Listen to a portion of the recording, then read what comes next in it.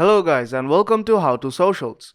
In this video I'm going to show you how to add a cover photo to your Triller account. So let's start. First, open the Triller app.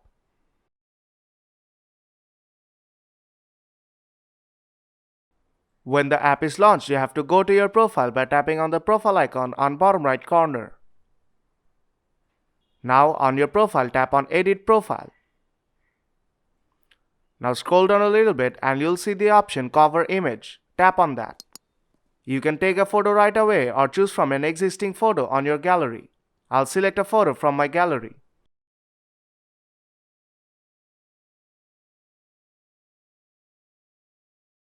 Now you can crop the photo according to the aspect ratio.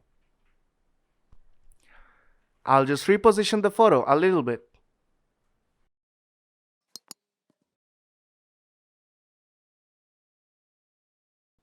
And then tap Done on top right corner.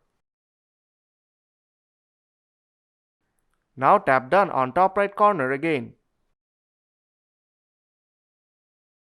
And it will take a few moments to update the cover photo on your Triller profile. So if this video helped you out, then don't forget to leave a like. And I'll see you in the next tutorial.